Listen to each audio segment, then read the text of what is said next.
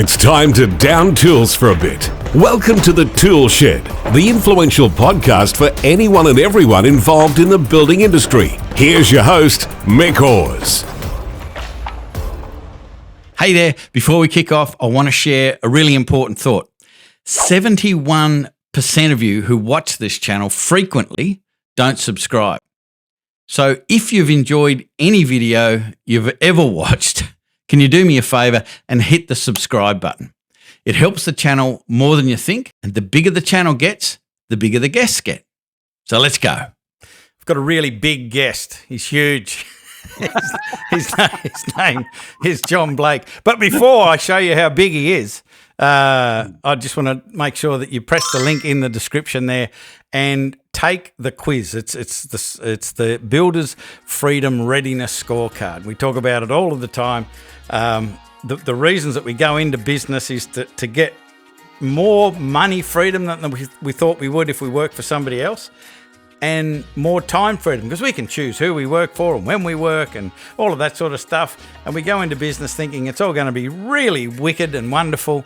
And for the most part, most businesses or business owners become a prisoner to their business. There's a couple of really simple ideas that you can start to implement into your business to gain a bit more financial and time freedom. And all you need to do is take the scorecard.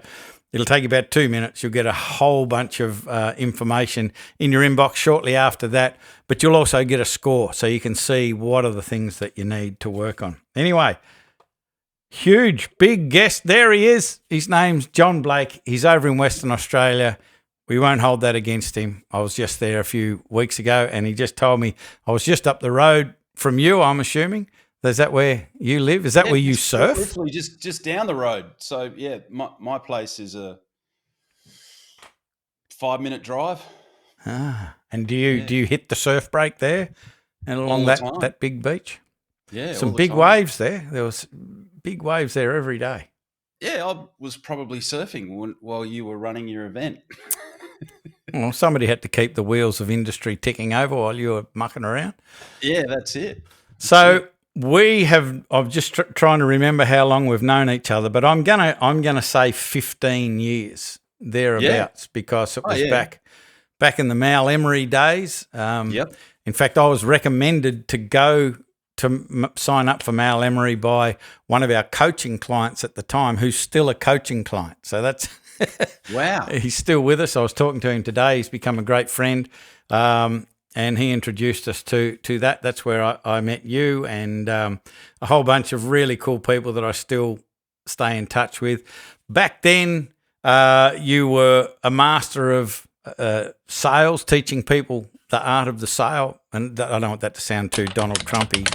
I think it's art of the deal or whatever. But the mindset and the skills that go along with selling.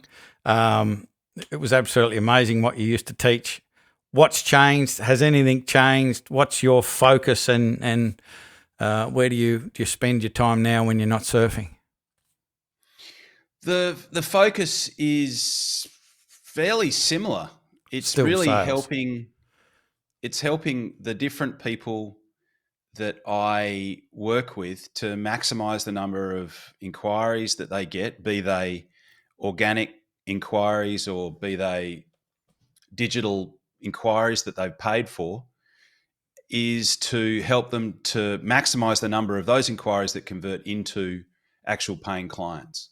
Yeah. The type of client that I work with has changed a bit, as it tends to do. Interestingly enough, I do work with a lot of trades and construction clients now. Yeah.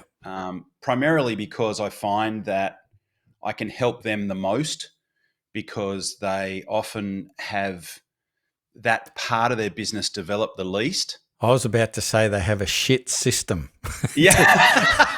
That's what I thought you were going to say. I work with them because they have a shit system to convert leads into, and that's what we want to unpack. Like, I don't mean to be derogatory, but I can't help it. It's just built into me. But we're genuinely here to help. So let's run through that. Like, what are the things that you notice, particularly in the building and the construction industry? What are the things that you identify when you first start to work with somebody and you go, not good? Like there's a big opportunity for improvement straight away. What do you see? Oh, there's a massive opportunity, and most of it stems from the simple reality that the trades or construction business owner is great at what they do. Yeah. So they're a great tradesperson, and the sales part, the conversion part, the client facing part is often the least developed part of what they do. So, as an example, probably my favorite example was one guy that came to me, and these were his exact words. He said, "I have grown this business to 300 grand per year.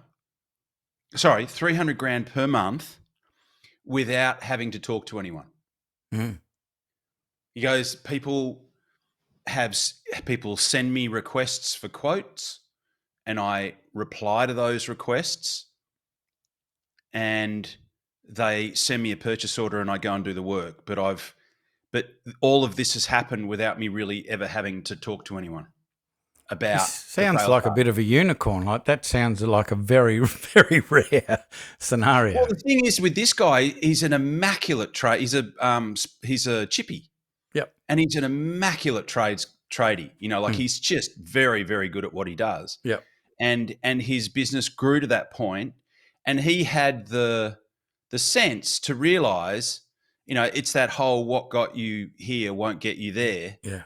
He had the sense to realize that, okay, if I'm going to get serious about this, I've got to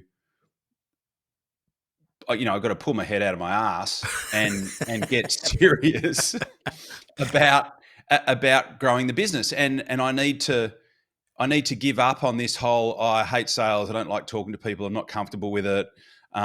He goes, "I just need to get rid of all of that." And he said, "And that's why I'm here." And I was like, "Wow, okay. Well, that's a lot of work that you've unpacked on your own." But he just still sounds like a unicorn, because it's like somebody who even recognizes that I hate sales. Like what I would normally hear is excuses and reasons as to why I don't do that. I'm too busy over here, or what have you.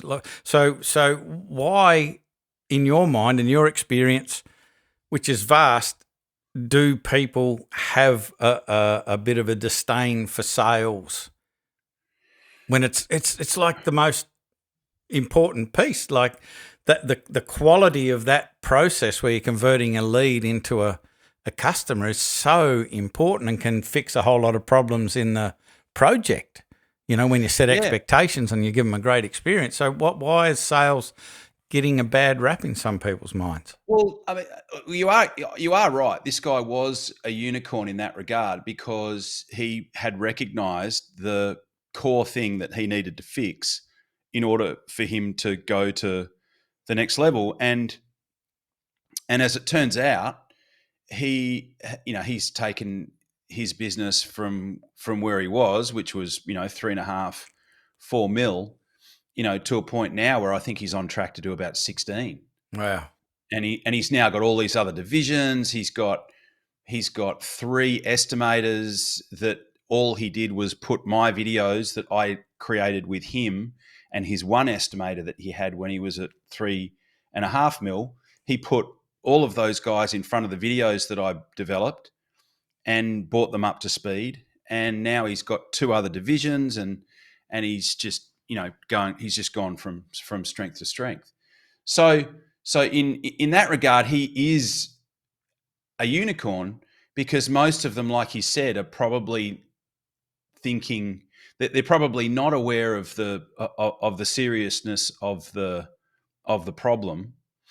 And like you also said, many of them are probably not taking responsibility, and they're just blaming other factors like the market or competition, discounting, all those type of things.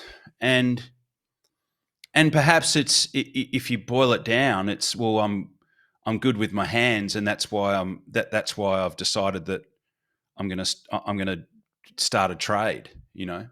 Mm. It probably goes all the way back to, okay, well, what am I good at? I'm good with my hands. Oh, well, I'm gonna become a plumber, or I'm gonna become a carpenter, or I'm gonna become an electrician. So it's counterintuitive to what they are predisposed to do, based on where they started all those years ago as an apprentice. And then the bad news shows up, 10, 15 years later. It's like, actually, you really do need to be able to talk to people, and you need to understand the process. Ah. Oh, well, can't I get someone else to do that? Yeah, but you need to understand how it works first. It's like that whole copywriting thing. You don't have to be a great copywriter, but you need to understand how it works, so that when you pay someone to do it, you actually know what good copy looks like. Yeah. So unpack that as far as sales is concerned, because I think that's really important. I come across that a lot with the areas of the business that they don't want to have anything to do with, which is like generally lead generation. I'll pay somebody else to do that. Like you can get them to do the stuff, but like you say, you've got to understand the process so you can tell whether they're on the right track. And no one knows more about your business and who your ideal clients are and what their fears, frustrations, wants and aspirations are like you. Yeah. And in the sales process, you can get somebody else to do it, but unless you understand it, like how important is that? To me, it's like critical. And to his credit, he was able to put himself in that uncomfortable zone, knowing that there was a way out of it. So he was the first. It was him and his estimator that I went through the process with, and at that point, he was, he had it. I'd trained him up in what to do and how to do it. And so he knew what to look for and what was important, which made it then easy for him to be able to make sure that other people were doing it properly. And I think that's the thing. It's like, okay, well, even if, and this guy's the world's biggest introvert, Wow. by his own admission, but he's also incredibly intelligent to know that, okay, well, this is short term. I'm going to have to be uncomfortable to do this for a bit. But once I've got the system, now I can confidently hire other people, and I can keep an eye on what they're doing, knowing that I know what to look for, because I now know what the process. I now know the formula, so I can start to spot that in other people. Yeah, so important. You really need to understand the process, because I expect that they're, and this is something that I want you to dive into. I'll come back to what are some of the secrets that you're teaching these, what's in the training videos that people need to know. But the measurement, to me, of the activity that you're getting involved in, like when a lead comes in, there are different parts to the sales process. How important is it to measure the effectiveness of the different parts of the process that you're teaching them? Because the old saying is, what gets measured gets managed, or what gets measured improves. How important is measurement? Well, one of the biggest epiphanies that I've had in the last, even just the last 2 or 3 years in doing this, is that you can't manage. So that the term sales management, or even opportunity management, is probably a better term, but the term sales management is a misnomer. And the reason that it's a misnomer is that you actually can't manage sales. So if you look at sales as a figure that you end up with at the end of the month, you actually at that point, given that it's a lag indicator, you actually can't do anything about that. You can say, "Oh, she's try all over." harder." What's that? She's all over by that stage. Yeah, it's done. It's over. So what can you manage? Well, you can only manage the inputs. And the inputs are how many calls did you make, or so how many people did you attempt to contact? Yeah. And these days, attempt to contact is text, is email, is outbound phone. So how many attempts did you make? And then the next metric is, well, how many conversations did you have? So of those texts, emails, and phone numbers that you called, how many conversations did you have? And a conversation might exist in a text message. It could exist in an email exchange, and it absolutely can exist as a telephone conversation. But how many conversations did you have? How many appointments did you book? So how many opportunities did you get to then take somebody through your process? And then of those appointments that you made, how many offers did you make? Mm. And then the sales part is the bit that pops out the other end. So the only real way to increase the bit that pops out at the pointy end of your process or your funnel is to increase the amount that goes in at the blunt end, or the larger end of your funnel. Yeah. And And I a lot expect of increase the trading, quality of stuff, increase the quality of how you're doing it as well. yeah, because and one of the big things, it's like I just literally did a presentation to a room full of trades and construction businesses on this about a week and a half ago, is that the biggest reason why trades and construction businesses discount is because they don't have the lead flow to be able to confidently disqualify people who aren't a good fit, Mm. who don't represent a profitable opportunity. Yeah. Because if you've only got 5 opportunities that you're working this month, and you've got 10 tradies that you've got to keep busy, then you will probably, you're a lot more likely to accept a job, or you're a lot more likely to accept work that isn't profitable. Mm. Whereas if you've got 20 opportunities and you can confidently disqualify half of them, and then of the 10 that you've got left, you identify 6 or 7 as being good opportunities for you that have good profit in them, well then, and you can duplicate that every month, well then you'll never have a problem. Mm. But Two a lot of things. guys, a lot of tradie owners are like, well, I don't want to have 9 guys sitting around twiddling their thumbs, so Really? I'm just going to take on work even if it's unprofitable. But Mm. that's a recipe for Yeah. disaster. That's death by 1,000 paper cuts. Yeah. Two things that, as you're unpacking that, I want your opinion on. And the first one was, because you were talking about measuring the conversations, like how many conversations did you attempt? Yeah. And as you said that attempt, I thought something that we don't talk about much is the timing of that. How important for the experience and the professionalism, or the perception of professionalism, and being organised and all that sort of stuff, would the prospect experience based on how much time goes by between me reaching out and me receiving a response by the building company? How important is that time frame? Well, and this doesn't really matter, because the majority of, in my experience, the majority of trades and construction businesses are still not really investing in paid lead gen. Like they might have SEO, but in my experience, about 80% of them are still just existing on repeat business and referrals.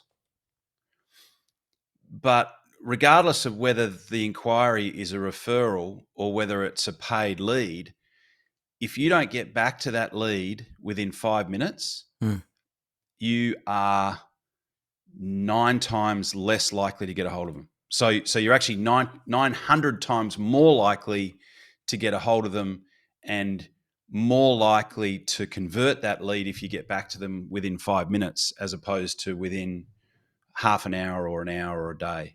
Yeah. Or a week or a fortnight or not at all. Yeah. So let me give you an example of that just to really ram that point home. Let's ram it. So one of the clients that I work with, they sell an industrial, well, it's actually a rural product. They do water tanks, and one of the the way that they were set up, they've got 7 salespeople spread all across the country. I think they've got a couple in Melbourne, a couple in Adelaide, and 3 in Perth. And so, and what they also do is they invest $100,000 a month on leads, on paid lead gen. And when I started to investigate their system, they said to me, I said, well, how does it work? And they said, well, we've got a central inbox. I went, okay. I said, well, what happens when a lead comes in? And they said, well, the 7 salespeople can go into that central inbox at any point and just pick whatever lead they want to contact. And I said, oh. And I said, is there a policy around like how quickly a lead is meant to be contacted? And they said no. And I said, so theoretically, a lead could be sitting there for 2 weeks before someone actually contacts them. And they went, yeah. And I said, is that happening? And they went, yeah, a lot. And so I showed them the data around how much it improves the likelihood and effectiveness, likelihood of converting. Showed them all of that, and they changed it. And so what they did is they put together a policy. Whereas one of those salespeople, they had shifts, so they did it in 3-hour shifts because they're 7 a.m. until 7 p.m. One of those salespeople would be in charge for a 3-hour block of triaging the inbox. So as soon as a new lead came in, that person would call that lead immediately. And even if it was, hey, just wanted to let you know I've received your lead, I've received your inquiry, I can chat to you about this now, or if it would be more convenient, I can have Bruce give you a call tomorrow at 9. What would you prefer? Yeah. So just the act of doing that, they went from doing $600,000 weeks to $1 million weeks. Wow. Because it was happening at scale. And that's the thing that I love about those examples, like when the behavior changes in concert and you've got those economies of scale, the results are just unbelievable, Yeah. And But it's like 1.2 million extra a month. yeah. It's like Somebody listening to this, though, he maybe has a tradesman or two and maybe an apprentice, so it's a small residential builder listening to that going, well, I don't even understand those numbers. They're way out of my range, and we don't want them to throw the baby out with the bathwater. So would it be relevant and valuable? So if the owner of the business gets an inquiry, and it might be an email inquiry, or a message or something like that, it wouldn't be that difficult to have a pre-prepared text message in your phone that's like a copy and paste automatic thing, and just go, hey, it's so and so, from such and such. I wanted to let you know we've got your information, and we're going to be calling you by within 12 hours or this, that, and the other. But just getting that immediate response. So you could be up on the roof, putting up roof trusses, and you get the beep, beep, beep. You can literally go bang, bang, bang, send, and that person feels attended to, and you can get back to banging in nails or what have you. So what you can do on one of these is you can put in predictive text. So you could have T1, T2, T3, and T1 could be, hi, how you going? Just want to let you know I've received your inquiry, and I'll give you a call first thing tomorrow morning. Would that work? Question mark. Yeah. Regards, Bruce. Yeah.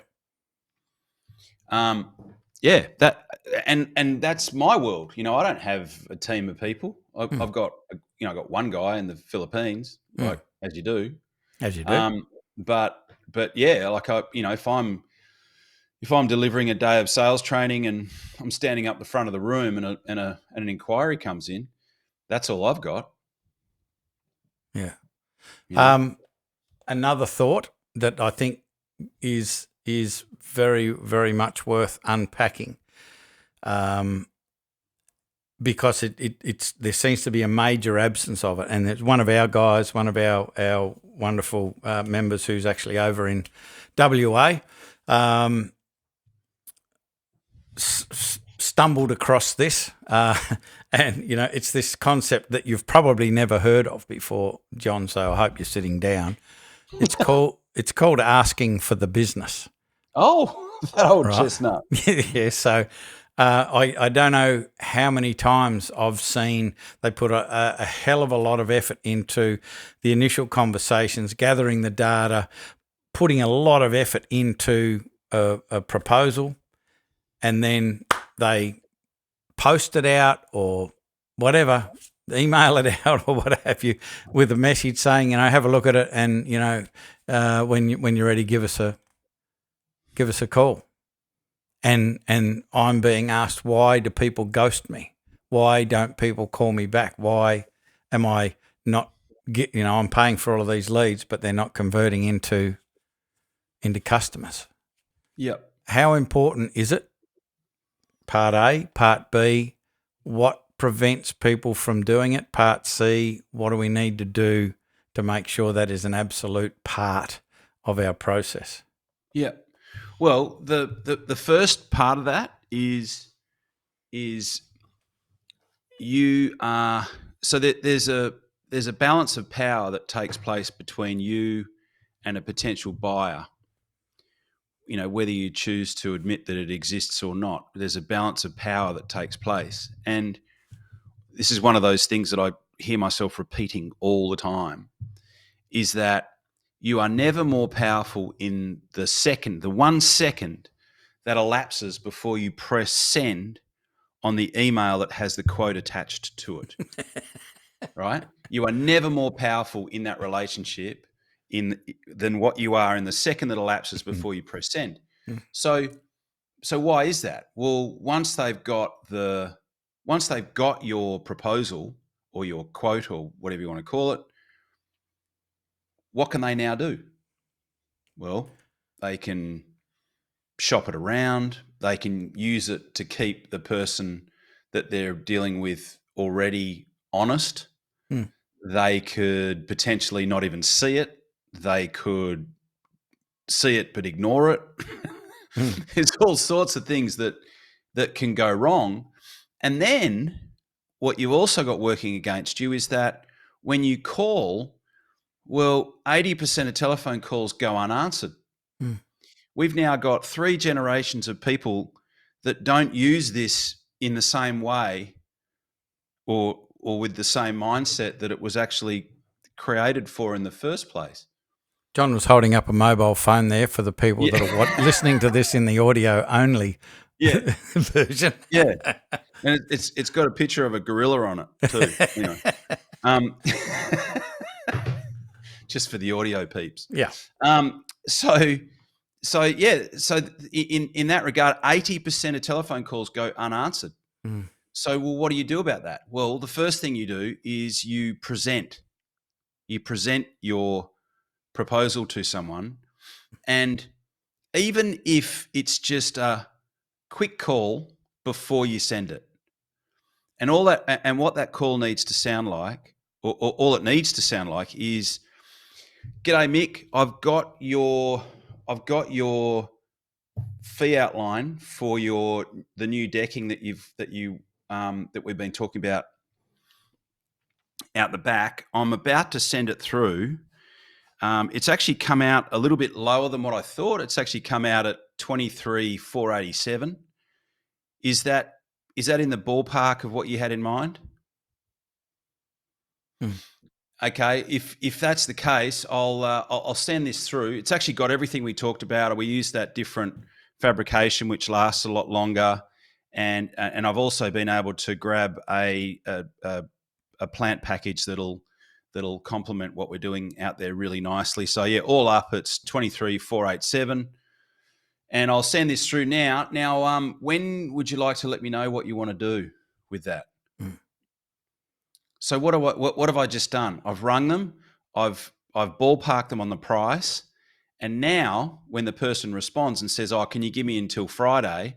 I can say, "Okay, so did you actually want to chat on Friday, or would you prefer Monday?" Actually, Monday would be better. Okay, well, what about if we made a note here to talk, say 10 o'clock Monday? Would that work? Yep. Okay, cool. What I'll do is I'll send you through a 5-minute calendar invite. It'll be in my calendar, so I won't forget, and it'll just be a quick chat for you to let me know what you'd like to do either way. How does that sound? Yeah, that sounds fine. Awesome. All right. Well, I'll send that through now. Have a great weekend, and I'll chat to you on Monday. So now, what have you done? You've actually got a time, rather than calling and having an 8 out of 10 chance of going straight through to voicemail.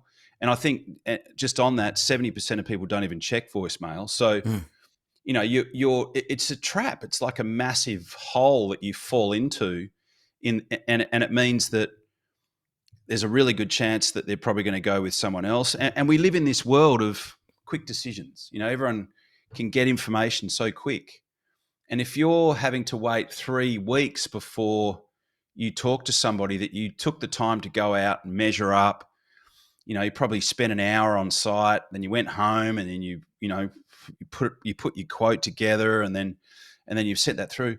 You've invested a bunch of time. Like, this is about becoming more efficient, and it's about not having to gobble up time chasing opportunities where you could have maintained control of them. You know, there's so much to be said for that. And getting so what will this do? Well, it'll give you an opportunity to set the next contact point. I mean, there's like 11 strategic advantages that exist in presenting a proposal as opposed to just emailing it. You know, not the least of which is you get to actually ask for the business. Are you happy with that? Okay, great. Well, look, to confirm your choice to go ahead, I'm just about to email this now. On page 8, there's an acceptance form. Just complete that, and then just take a photo with your phone and send it back to me, and we can get that dialed in straight away. What would work for you, next week or the week after, to get started? So you can get that commitment over the phone. You can get that commitment if you're presenting in person. You can get that commitment in person. So there's so much to be said for not just emailing your quote, and at the very least, just ringing up, giving them the heads up that it's coming through, and getting a commitment from them as to when they're going to let you know what they want to do, one way or the other. Yeah, and it's what's going through my mind, because I like to play devil's advocate. What's, the pessimistic builder thinking about what you just said then? It's like, I haven't got time to do that and what have you. And I just think that is such a load of horse shit, because the amount of time that is wasted chasing when it all starts to fall apart, and the chances that you'll actually get a return on that investment of time are really, really low. It's crazy. Like, do it. Just bloody do it. Well, the default setting, and I can tell you this because I've had that many of these conversations. You do something often enough, a pattern will appear. The default setting is, so I'll go out, I'll measure up, I'll send a quote, and I'll go through and I'll do that 40 times a month or whatever I'm going to do, and a percentage of those people are just going to send back their confirmation, or they're going to send me a purchase order, or they're going to pay and send me a copy of the receipt without me having to follow it up. So a percentage of those people are going to do it, and then and the default setting is I'm not going to follow up anyone. I'm just going to wait and see what comes back.